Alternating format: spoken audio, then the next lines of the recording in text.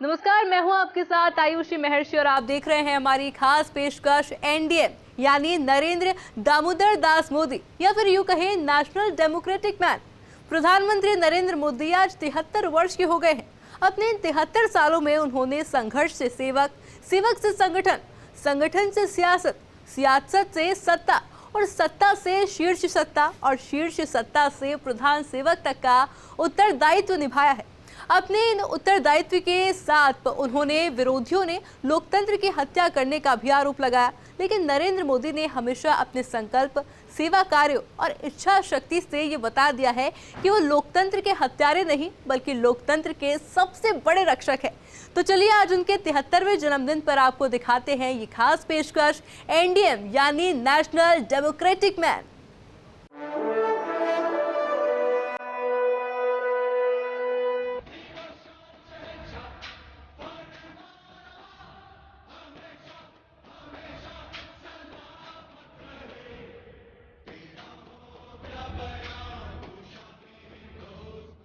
सबसे पहले बात करेंगे प्रधानमंत्री नरेंद्र मोदी की उस असाधारण सफर की जो गुजरात की गलियों से शुरू होकर सत्ता के शिखर तक पहुंचा।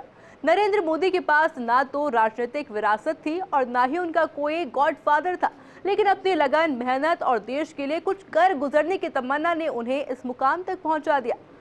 अवसरों का सही उपयोग और मजबूत राजनीतिक समझ के दम पर उन्होंने अपने लिए रास्ते बनाए और बन गए देश के प्रधानमंत्री। भारतीय राजनीति के अजय योद्धा, न्यू इंडिया के शिल्पी और 21वीं सदी में देश को सुपर पावर बनाने का विजन लेकर चलने वाले नरेंद्र मोदी दुनिया की सबसे चर्चित शख्सियत हैं। बात चाहे वैश्विक लोकप्रियता की हो या देश में सबसे ज्यादा फैन बनाने की, प्रधानमंत्री का कोई मुकाबला नहीं है। नरेंद्र मोदी भारत के पहले ऐसे प्रधानमंत्री हैं जिनका जन्म देश को आजादी मिलने के बाद हुआ। आज वही नरेंद्र दामोदर दास मोदी 73 साल के हो गए हैं। प्रधानमंत्री मोदी न सिर्फ युवाओं की प्रेरणा हैं, बल्कि वो एक फैशन आइकॉन भी हैं। रिकॉर्डधारी मोदी, प्रधानमंत्री के रूप में मोदी कई रिकॉर्ड तोड़ चुके हैं। वो सबसे लंबे समय तक प्रधानमंत्री पद पर रहने वाले पहले गैर कांग्रेसी नेता हैं। आज उन्होंने प्रधानमंत्री के रूप में 9 साल पूरे कर लिए। लगातार 2 बार बहुमत के साथ गैर कांग्रेसी सरकार बनाने का श्रेय भी प्रधानमंत्री नरेंद्र मोदी को जाता है। हर असंभव को संभव बना देना मोदी का हुनर है और इसी वजह से जिस अमेरिका ने बतौर गुजरात के मुख्यमंत्री मोदी को वीजा नहीं दिया था, वही अमेरिका आज पीएम नरेंद्र मोदी के लिए पलक पांवड़े बिछाता है। 2014 में प्रधानमंत्री बनने के बाद वो सबसे ज्यादा 9 बार अमेरिका जाने वाले प्रधानमंत्री बन गए। सेना ज्वाइन करने की थी चाहत। उनके जीवन का सफर असाधारण संघर्षों से भरा और किसी के लिए भी प्रेरणादायक है। स्कूल के दिनों में एनसीसी के कैडेट के तौर पर नरेंद्र मोदी की तस्वीर सभी ने देखी है। बताते हैं उनका सपना तो सेना में जाने का था, लेकिन नियति ने उनके लिए कुछ और ही सोच रखा था। परिवार की गरीबी ने सेना में जाने से रोका, तो नरेंद्र मोदी ने राष्ट्र सेवा का दूसरा रास्ता चुन लिया। मोदी का सफरनामा। 17 सितंबर 1950 को गुजरात के मेहसाणा जिले के वडनगर में जन्म। 60 के दशक के आखिर में आरएसएस की सदस्यता ली। अहमदाबाद के मणिनगर इलाके में संघ के क्षेत्रीय मुख्यालय में रहने चले गए। प्रांत प्रचारक लक्ष्मण राव इनामदार के सहायक के रूप में काम किया। 1972 में प्रचारक बन गए। गुजरात में भ्रष्टाचार के खिलाफ छात्रों के नव निर्माण आंदोलन में शामिल हुए। 1978 में विभाग प्रचारक बनाए गए। 1981 में उन्हें प्रांत प्रचारक बनाया गया। 1986 में लाल कृष्ण आडवाणी ने नरेंद्र मोदी को पार्टी में शामिल किया। 1987 में मोदी को गुजरात में भाजपा के संगठन मंत्री की जिम्मेदारी दी।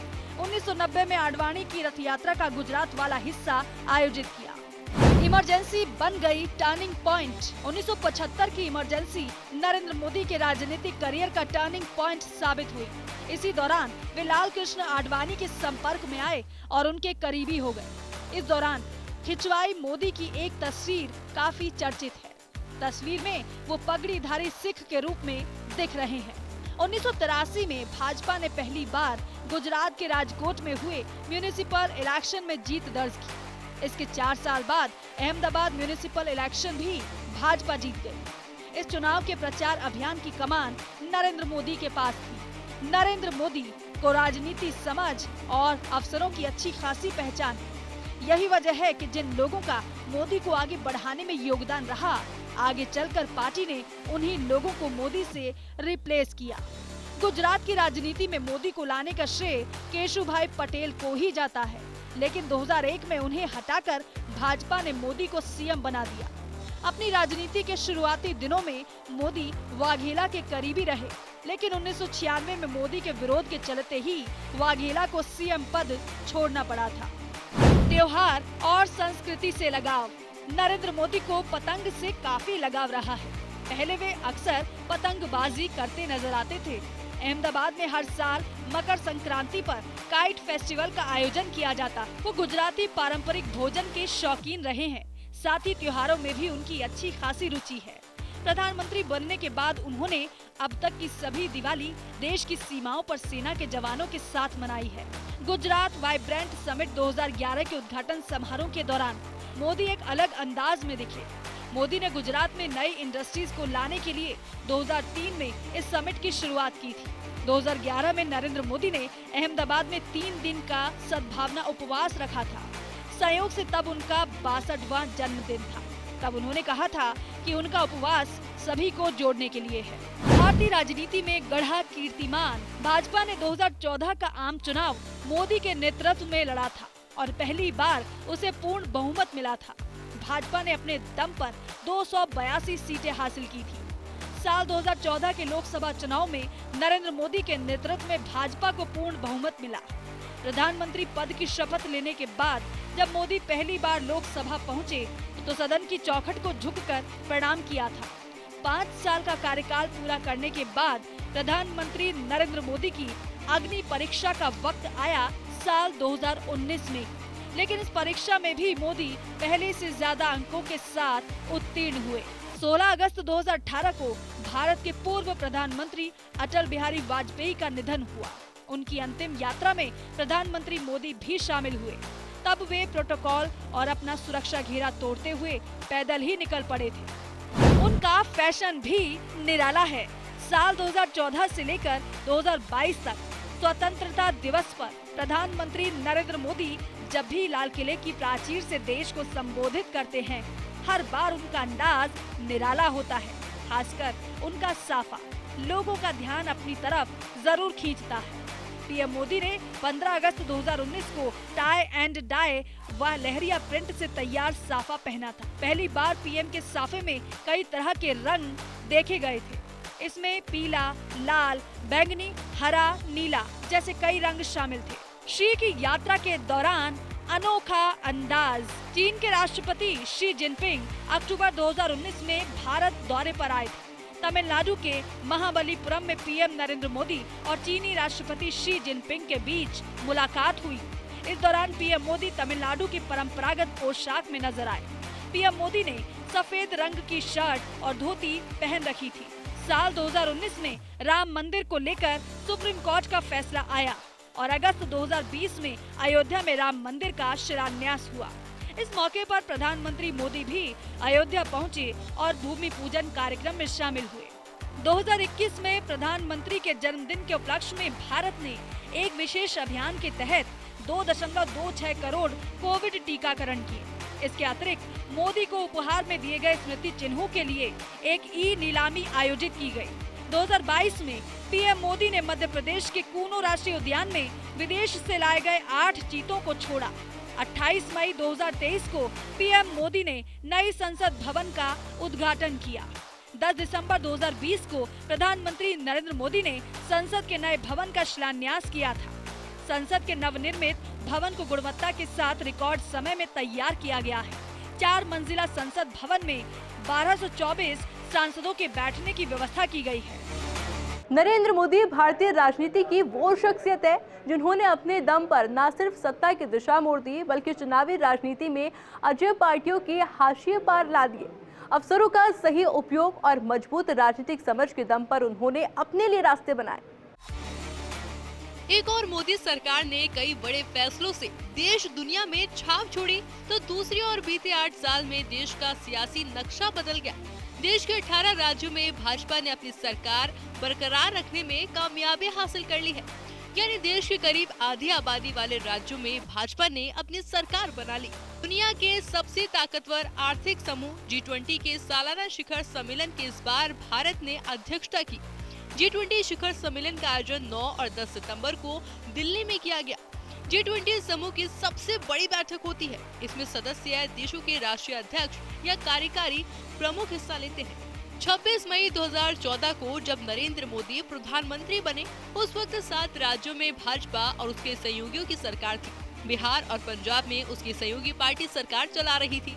इन दोनों राज्यों में देश की 11% से ज्यादा आबादी रहती है और बाकी 5 राज्यों छत्तीसगढ़, गोवा, गुजरात, मध्य प्रदेश और राजस्थान में भाजपा के मुख्यमंत्री थे। इन राज्यों में देश के 19% आबादी रहती है। यानी जब मोदी सत्ता में आए उस वक्त करीब 30% आबादी पर भाजपा और उसके सहयोगी दलों की सरकार चल रही थी। वहीं उस समय 14 राज्यों में कांग्रेस और उसके सहयोगी दलों की सरकार थी। इन राज्यों में देश की 27% से ज्यादा आबादी रहती है। 2014 में 7 राज्यों में भाजपा और उसके सहयोगी दलों की सरकार थी। 4 साल बाद मार्च 2018 में 21 राज्यों में भाजपा और उसके साथी दलों की सरकार बन गई। इन राज्यों में देश की करीब 71% आबादी रहती है। ये वह दौर था जब भाजपा शासन आबादी के लिहाज से पीक पर था। वहीं 4 राज्यों में कांग्रेस की सरकार थी और इन राज्यों की 7% आबादी रहती है। अभी 18 राज्यों में भाजपा सत्ता में है। इस साल अंत तक गुजरात और हिमाचल प्रदेश में चुनाव होने हैं। अभी दोनों राज्यों में भाजपा की सरकार है। गुजरात में भाजपा काफी मजबूत है। ऐसे में कम ही उम्मीद है कि यहाँ सत्ता परिवर्तन हो सके। वहीं हिमाचल में लड़ाई थोड़ी कठिन होने वाली है। इसका अंदाजा 2020 में हुए उपचुनाव से लगाया जा सकता है, जब हिमाचल की 1 लोकसभा और 2 विधानसभा सीटों पर कांग्रेस ने जीत हासिल कर ली थी। हालांकि इसके बाद भाजपा ने यहाँ काफी जोर दिया। अगले साल यानी 2023 में 9 राज्यों में विधानसभा चुनाव होने हैं। इनमें मेघालय, नागालैंड, त्रिपुरा, कर्नाटक, छत्तीसगढ़, मध्य प्रदेश, मिजोरम, राजस्थान और तेलंगाना शामिल है। अभी कर्नाटक, त्रिपुरा, मध्य प्रदेश में भाजपा की सरकार है। इसके अलावा मेघालय, नागालैंड में भाजपा गठबंधन के साथ सरकार में है। छत्तीसगढ़ और राजस्थान में कांग्रेस, जबकि तेलंगाना में TRS की सरकार है। 2024 में लोकसभा और 7 राज्यों के विधानसभा चुनाव भी होंगे। इनमें सिक्किम, आंध्र प्रदेश, अरुणाचल प्रदेश, उड़ीसा, हरियाणा, महाराष्ट्र, झारखंड शामिल है। ऐसे में अमित शाह की कुशल रणनीति और दूसरी तरफ प्रधानमंत्री नरेंद्र मोदी की विकास पुरुष की छवि से भाजपा अब आगे कितना जादू बिखेर पाती है, ये तो देखना बाकी है। लेकिन जिस तरह से भाजपा हर चुनाव की तैयारी करती है और जिस तरह से 50 सालों की तैयारी की जा रही है, उसे देखते हुए तो यही लगता है कि अब विजय मार्ग पर अटल भाजपा को कोई नहीं रोक सकता। और चलिए फिलहाल ले रहे एक छोटा सा ब्रेक, पर ये सफर लगातार जारी रहेगा। बने रहिए हमारे साथ में, जल्द हाजिर होंगे।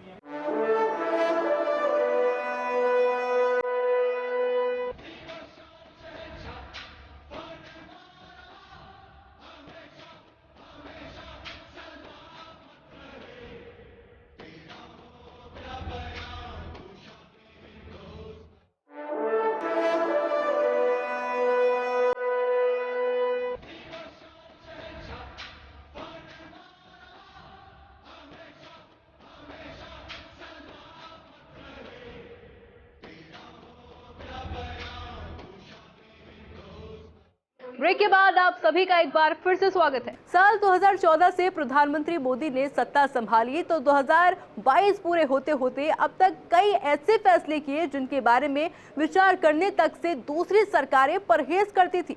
ये सच है कि मोदी सरकार के कई फैसलों की दुनिया भर में चर्चा हुई। इनमें कुछ फैसले तहे दिल से जनता ने स्वीकार किए तो कुछ फैसलों पर सवाल भी उठाए गए। 72 साल के पीएम मोदी आज भी किसी युवा जैसे जोश से लबरेज हैं और दुनिया उनको लोहा मानती है। तो प्रधानमंत्री के जन्मदिन पर पेश है उनके 72 फैसलों से जुड़ी ये खास रिपोर्ट। ये कहानी है इरादों और चुनौतियों की। ये कहानी है असंभव से दिखने वाले संकल्पों की सिद्धि की। ये कहानी है पत्थर पर खींची गई उन लकीरों की जो ना कभी मिटने वाली और ना ही कोई इन लकीरों को मिटा पाएगा। इन कहानियों में बड़े बड़े फैसलों से मजबूत इच्छा शक्ति की झलक है। कोरोना से लड़ने, गिरने, उठने का सबक है। तो अगले 50 सालों का वो खाका जो भारत को एक महाशक्ति की दिशा में खड़ा करने वाला है। पीएम मोदी का 73 साल का सफरनामा, वादों, इरादों और चुनौतियों का सफर, कड़े फैसलों वाली मजबूत इच्छा शक्ति की झलक, कोरोना से लड़ने, गिरने, उठने का सबक, विदेशी धरती पर नए भारत की झलक। इसमें कोई शक नहीं कि आज प्रधानमंत्री नरेंद्र मोदी को विश्व पटल पर सबसे चर्चित व्यक्ति के तौर पर देखा जा रहा है। आज मोदी दुनिया के किसी भी कोने में चले जाएं, लोग उनके इर्द गिर्द ही रहते हैं, क्योंकि उनके प्रति दुनिया के बड़े नेताओं की दीवानगी ही कुछ ऐसी है। लेकिन इसके पीछे की वजह पीएम मोदी के कड़े फैसले और देश के विकास के लिए काम करने की लगन है। जी हाँ, पीएम मोदी के 73 साल के सफर में सत्ता पर रहने के दौरान लिए कुछ फैसलों पर नजर डालेंगे तो इसका अंदाजा आपको हो ही जाएगा। संघर्ष से शीर्ष सत्ता तक, पीएम रहते हुए बड़े फैसले। 25 सितंबर 2014 को मेक इन इंडिया कार्यक्रम की शुरुआत, 28 सितंबर 2016 को पीओके में आतंकवादी ठिकानों पर सर्जिकल स्ट्राइक, 8 नवंबर 2016 की रात 8 बजे नोटबंदी, 1 जुलाई 2017 को जीएसटी अस्तित्व में आया, 26 फरवरी 2019 को बालाकोट में जैश-ए-मोहम्मद के ठिकानों पर air strike, digital India idea के तहत ग्रामीण स्तर पर ब्रॉडबैंड योजना की शुरुआत, साल 2019 में नागरिकता संशोधन अधिनियम कानून लाया गया, 3 तलाक की कुप्रथा से मुस्लिम महिलाओं को मुक्ति दिलाई, 5 अगस्त 2019 को जम्मू कश्मीर से अनुच्छेद 370 निरस्त, कोरोना के दौर में वंचित तबके के करोड़ों लोगों को मुफ्त अनाज, 26 मार्च 2020 को शुरू की गरीब कल्याण योजना, 24 मार्च 2020 को कोरोना के कारण देशव्यापी लॉकडाउन, 12 मई 2020 को आत्मनिर्भर भारत अभियान लॉन्च, 1 जून 2020 से one nation one ration card सेवा की शुरुआत, 29 जुलाई 2020 को राष्ट्रीय शिक्षा नीति 2020 को मंजूरी, 7 सितंबर 2020 को संसद में खेती से जुड़े तीनों कानून पास, 5 अगस्त 2021 अयोध्या में राम मंदिर का भूमि पूजन, 10 सरकारी बैंकों को विलय करके 4 बड़े बैंक बनाने का ऐलान, जल संसाधन और पेयजल एवं स्वच्छता मंत्रालयों को मिलाकर जल शक्ति मंत्रालय बनाया, किसानों को पेंशन देने के लिए किसान सम्मान योजना को मंजूरी, रेलवे इंफ्रास्ट्रक्चर में 100% और डिफेंस में 49% FDI को मंजूरी, हर परिवार को बैंकिंग सेवा से जोड़ने के लिए पीएम जनधन योजना की शुरुआत, ऐतिहासिक योजना आयोग की जगह एक नया रचनात्मक संस्थान बनाने का ऐलान, अहमदाबाद से मुंबई के बीच देश की पहली बुलेट ट्रेन चलाने की घोषणा, हर महीने 1 सिलेंडर की जगह साल भर में कभी भी 12 सिलेंडर लेने की अनुमति, नागरिकों को 2.5 लाख रुपए की आय तक नहीं देना होगा टैक्स, मोदी सरकार ने 2 लाख करोड़ रुपए के इंफ्रा प्रोजेक्ट को मंजूरी दी, बीमा और रक्षा क्षेत्र में विदेशी निवेश की सीमा बढ़ाने का फैसला, 100 स्मार्ट सिटीज की स्थापना के लिए बजट में 7060 करोड़ रुपए के फंड का ऐलान, कश्मीरी अलगाववादियों से संपर्क रखने के कारण पाकिस्तान के साथ सचिव स्तर की वार्ता रद्द करना, जजों की पारदर्शी नियुक्ति के लिए जुडिशरी बिल पास कराना, सरकारी कामों के लिए गजिटेड अफसर से अटेस्टेड कराने का झंझट खत्म, समुद्री सीमा सुरक्षा दुरुस्त करने के लिए सेना को INS कोलकाता INS का मोर्टा सौंपना, अमेरिका की कोशिशों के बावजूद सब्सिडी समझौते पर दस्तखत नहीं करना, 2037 करोड़ रुपए के आवंटन के साथ नमामि गंगे की शुरुआत, बैंक खातों में इंटरनेट के बिना भी मोबाइल बैंकिंग की सुविधा का ऐलान, राष्ट्रीय आवास बैंक के लिए 4000 करोड़ रुपए का प्रावधान, किसानों के लिए 1000 करोड़ रुपए का प्रावधान, साथ में प्रधानमंत्री कृषि संचय योजना शुरू, पूर्वोत्तर में रेल संपर्क बढ़ाने के लिए 1000 करोड़ रुपए का आवंटन, सार्क देशों में बने बेहतर संबंध, 17 साल बाद नेपाल यात्रा में नेपाल को मदद का ऐलान, ब्रिक्स सम्मेलन में 100 अरब डॉलर के ब्रिक्स बैंक की स्थापना का फैसला, काले धन के मसले पर सुप्रीम कोर्ट ने SIT की अंतरिम रिपोर्ट, FCI में उच्च स्तरीय समिति बनाई, प्याज और आलू के एक्सपोर्ट को रोकने के लिए MIP बढ़ाई, 8.59% रही रिटेल महंगाई दर, मई में घटकर 8.28% और जून में 7.31%, मैन्युफैक्चरिंग के जरिए युवाओं को रोजगार के अवसर के लिए मेक इन इंडिया का ऐलान, मोदी सरकार ने पर्यावरण के लिए ऑनलाइन सेवा की शुरुआत की। जुवेनाइल जस्टिस एक्ट 2000 में बदलाव को मंजूरी। लेबर कानून में बड़े सुधारों के लिए कैबिनेट की तरफ पेश प्रस्ताव। महाराष्ट्र, झारखंड और परियोजना में नई बिजली परियोजना के लिए रखी गई बुनियाद। सड़क परिवहन की दिशा में जम्मू कश्मीर, महाराष्ट्र समेत 10 राज्यों में 14 हाईवे प्रोजेक्ट की शुरुआत। मुंबई मेट्रो और वैष्णो देवी रेल परियोजना की शुरुआत। कटरा तक रेल परिवहन शुरू। ईपीएफओ अंशधारकों के लिए न्यूनतम मासिक पेंशन 1000 रूपए। मासिक वेतन की उच्चतम सीमा 6500 रूपए से बढ़ाकर 15000 रूपए। रेड टेपिज्म खत्म करने के लिए सभी मंत्री समूह खत्म। मंत्रालय को समस्या आने पर सचिवालय और पीएमओ ऑफिस देगा दखल। नए कानून लाकर आरटीओ दफ्तर खत्म करने की तैयारी। संसद के अगले सत्र में पेश किया जाएगा मोटर वाहन संशोधन विधेयक। मंत्रियों के रिश्तेदारों को पर्सनल स्टाफ में रखने और कॉन्ट्रैक्ट परिचितों को देने पर रोक। हर सांसद को अपने क्षेत्र के एक गांव को आदर्श गांव के रूप में बनाने का टारगेट। मंत्रियों को 1 लाख रुपए से ज्यादा के खर्च पर अब पीएमओ से अनुमति लेनी होगी।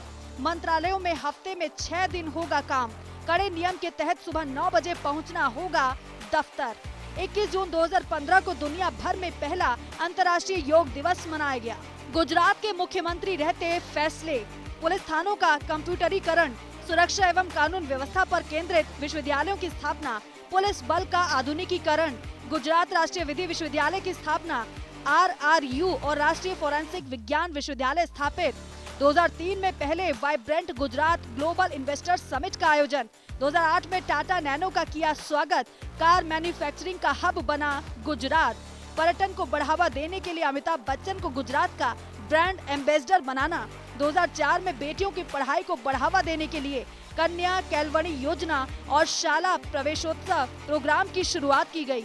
2005 में राज्य में शिशु लिंग अनुपात में कमी को रोकने के लिए बेटी बचाओ अभियान लॉन्च किया गया। साल 2006 में गुजरात वासियों को दिया ज्योति ग्राम योजना का तोहफा। 2009 में आम लोगों के जीवन को आसान बनाने के लिए ई ग्राम विश्व ग्राम योजना का उद्घाटन। 17 सितंबर 2011 को सद्भावना मिशन का आयोजन। एक और जहां मोदी सरकार ने केंद्र की सत्ता में अपने 9 साल पूरे कर लिए हैं, तो पीएम मोदी ने अपने जीवन के 74वें पड़ाव में प्रवेश कर चुके हैं। लेकिन इतनी उम्र के बावजूद भी वे जब देश के विकास के लिए मजबूत इच्छा शक्ति वाले फैसले लेते हैं, तो इसकी वानगी कुछ और ही कहती है। उनका इस उम्र में भी युवा जैसा जोश उन्हें युवा दिलों की धड़कन खुद ही बना देता है। प्रधानमंत्री मोदी उन नेताओं में शुमार हैं जो अपने वादे पूरे करने के लिए जाने जाते हैं। प्रधानमंत्री मोदी के सीएम से पीएम के सफर की यदि समीक्षा भी की जाए, तो इसमें एक नहीं बल्कि कई बड़े निर्णय देखने को मिले हैं और आगे भी देश को शायद उनके ऐसे और भी फैसले देखने को मिलने वाले हैं। Bureau report, first India news, Jaipur. और चलिए फिलहाल इस खास पेशकश में इतना ही। आप दीजिए मुझे इजाजत। नमस्कार।